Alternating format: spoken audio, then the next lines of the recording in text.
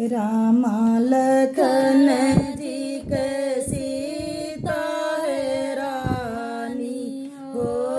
रामा लखन जी के सीता है रानी। अरही अरही लागे आलिया की गलिया। सीताराम से बजो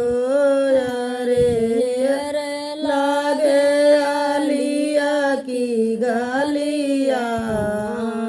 सीताराम से भजो हेरत हेरत आए जनक फुलवरिया हो। हेरत हेरत आए जनक फुलवरिया।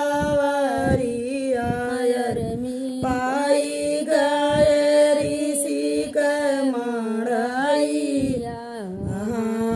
सिया राम से भजो अरे पाई गए ऋषि के मड़ैया। सिया राम से भजो हमरे दुलाहे राम के बाइनी है रानी हो। हमरे दुलाहे राम के बाइनी है रानी। अरही अरही लागे वालिया की गलिया।